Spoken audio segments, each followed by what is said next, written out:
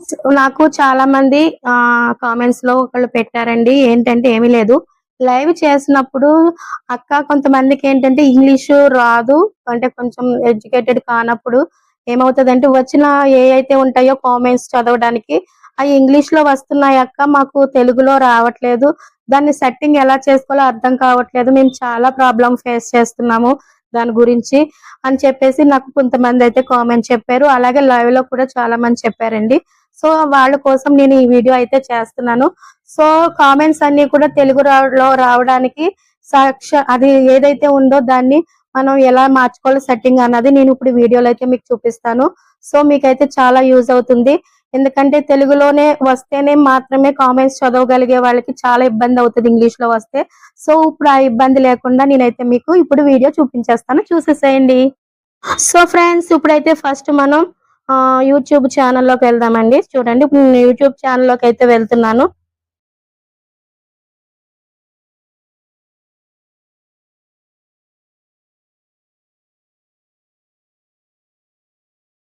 So ఛానల్లోకి వెళ్ళాం కదా.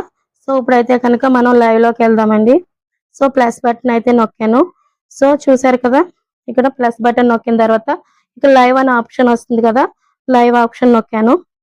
సో లైవ్ చూడండి, ఇక్కడ మనకి లైవ్ అయితే చూపిస్తుంది కదా, ఇక్కడ లైవ్ వస్తుంది, ఇక్కడ థంబ్నెయిల్ చూపిస్తుంది కదండి.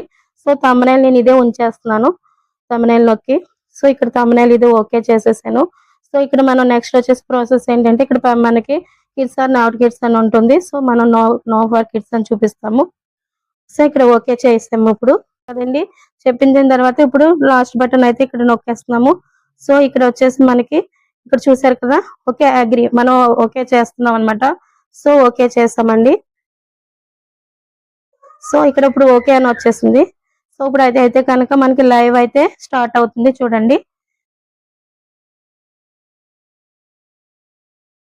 సో ఇప్పుడు మనకి లైవ్ అయితే ఓకే స్టార్ట్ అయిపోయింది కదా. సో ఇక్కడ మనకి ఫ్లవర్ బటన్ ఉంది చూడండి. సో ఈ ఫ్లవర్ బటన్ అయితే మనం ప్రెస్ చేసుకోవాలి. సో ఫ్లవర్ బటన్ అప్పుడు ఇక్కడ ఉందో చూడండి, మనకి ఇక్కడ ఆప్షన్ ఉంది కదా, ఇది మాట మెయిన్ ఇంపార్టెంట్. ఇది ఇలా ఉందనుకోండి, మనకి ఏ కామెంట్స్ వచ్చినా ఇంగ్లీష్ లోనే వస్తాయండి. ఇది మనం అవతల వైపుకి పెట్టాలన్నమాట, దీన్ని ఇలాగా. సో ఇప్పుడు ఆఫ్ చేసేసాం, ఇది ఆఫ్ చేసేసాం అనుకోండి, ఇది మనకి తెలుగులో మనకి కామెంట్స్ వస్తాయి అనమాట. ఇది మెయిన్ ఇంపార్టెంట్ ఏంటంటే ఇది మాట, ఈ బటన్ ని. సో ఇప్పుడు ఈ బటన్ ని మనం ఈ బటన్ ఆఫ్ చేయడం వల్ల మనకి తెలుగు కామెంట్స్ వస్తాయి అనమాట. వాళ్ళు ఇంగ్లీష్ లో పెట్టినా మనకి తెలుగులో వస్తాయి. సో నెక్స్ట్ ఏంటంటే ఇది ఆన్ చేస్తాం.